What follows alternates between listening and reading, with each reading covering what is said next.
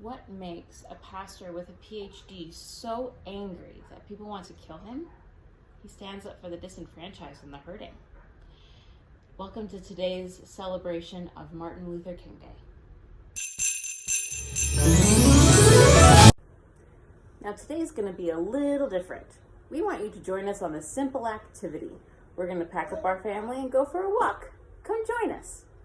Hi! We're going to take a walk around our church as we talk about this great man, Reverend Dr. Martin Luther King. We've learned a lot about the Reverend over this past year with all the protests and all. So please let me know your favorite fun fact or your favorite quote by Martin Luther King. Let me know in the comments below. Martin Luther King Jr. was born to Martin Luther King Sr. and to Alberta on January 15th, 1929 in Atlanta, Georgia. Now, Martin Luther King wasn't the first reverend. It was his father and his father before him were pastors in the Baptist church. Reverend Martin Luther King Sr. was a part of the Baptist Commission, and in 1934, their meeting was in Berlin, Germany. And as he saw the rise of the Nazi Party, he vowed to take care of the Jewish people in his country along with his own African American brothers and sisters. It was this passion to help the disenfranchised that this father and son shared in common. Martin Luther King Jr. experienced segregation at a very young age. He was living in Atlanta, Georgia in the 1930s. Segregation was still legal via the Jim Crow laws. So schools were segregated, churches were segregated, water fountains were segregated. Martin Luther King had a best friend. He was a little white boy. But when they both turned 6 and were going into kindergarten, they weren't going to be able to go to the same school. And their fathers actually asked them to not be friends anymore. Now, this wasn't the first relationship that was ruined due to segregation. Martin Luther King was engaged to a white woman while he went to school to study sociology. And their engagement was broken off because of family pressures. It was pains like these and many others that made him so passionate about changing how the world was. You heard me say sociology. But wasn't he a pastor? Didn't he go to school to be a pastor? He wasn't even always a Christian. When he was in his early teens, he saw the hatred that was spewed from even people in the church, and it made him deny his faith. It wasn't until Morehouse College in Connecticut where he saw that people could love each other without being the same race. The schools were integrated. The movie theaters were integrated. The churches were integrated. He wrote to his father saying how awestruck he was to see black and white Christians worship together. It made him want to go back and study to become a pastor. He went and got another bachelor's in divinity, and then he went on to Boston College to get his PhD in systematic theology. Those are our big words for the day. Systematic theology. While he was attending Boston College, he had a friend attending a nearby school, New England School of Conservatory of Music. And he asked her one day, "Do you know any nice, sweet Southern gals?" She then introduced her to her friend, and honestly, she wasn't too excited about dating a pastor. But that changed once she met him and they started dating. They only dated for a couple of months before they were married. They would soon have 4 kids and a very happy marriage, albeit short. Martin Luther was a student of Gandhi.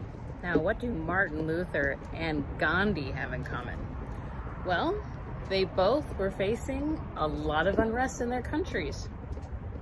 And Gandhi, in 1918, did the first march to protest the treatment of Indian brothers and sisters in South Africa. He was the first also to have sit-ins in government buildings. Martin Luther, seeing how effective it was in starting the slow, arduous process to apartheid that he decided to try it in his own country, in his own hometown. He had a friend, Rosa Parks. You may know her from sitting on a bus. Did you know that she actually got the idea from a teen mom? It's true. But the coalition thought maybe publicity around a teen mom is not the best way to get noticed. So they asked Rosa to go and sit in the white section. And you know the rest of the story. It was people like Rosa Parks and actions like sitting in the white section of a bus that slowly but surely showed the country how evil Jim Crow laws had been. And in 1963, finally, the Civil Rights Act was established, and a year later, the Voter Rights Act in 1964. Now, this all started with peaceful protests. One of the most famous peaceful protests was the March on Washington. Now, the people in charge didn't think it peaceful. In fact, John F. Kennedy put Martin Luther and the rest of the SCLC on the FBI's watch list. They were completely against having a march on their property, is how they saw it. But Martin countered, it's public property. We have the right to protest. It's in our Constitution. And sorrowfully relenting, there was a march, and it ended in the famous speech, "I have a dream." The last protest took place in Memphis, Tennessee. And later that week, Martin Luther stepped out of a hotel room with several other members of the SCLC in talking about the meeting that they were about to have that coming night. Martin Luther turns to his friend Ben and says, "Ben, make sure you play 'Take My Hand, Precious Lord' real sweetly." And at that point, he was shot. And the next day, he would die in the hospital. His death rang another hard blow, as the president had just been killed a couple of years earlier. To end our time here, I've asked my husband to sing "Take My Hand, Precious Lord," just as it was supposed to be done at that meeting on April 4th.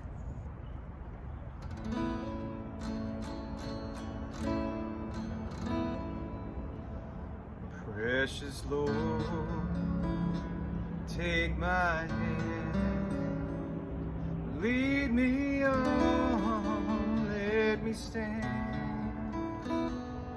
I am tired, I am weak, I am worn. Through the storm, through the night, lead me on to the light. Take my hand, precious Lord, lead me home.